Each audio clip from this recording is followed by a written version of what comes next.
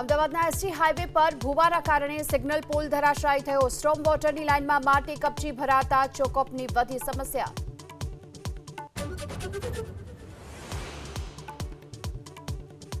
ઉત્તરાખંડના ચમોલીના ભાનેર-પાણી વિસ્તારમાં ધસી પડ્યો કાટમાળ. પહાડો પરથી કાટમાળ ધસી પડવાથી બદ્રીનાથ નેશનલ હાઈવે થયો બંધ.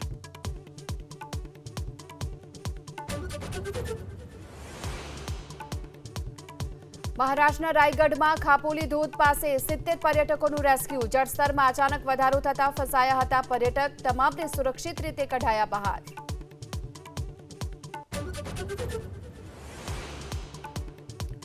31 જુલાઈથી રાજ્યભરમાં વરસાદની આગાહી. ઓગસ્ટના પ્રથમ 2 દિવસ કચ્છ, દ્વારકા સહિત રાજ્યમાં મધ્યમથી અતિભારે વરસાદનું અનુમાન.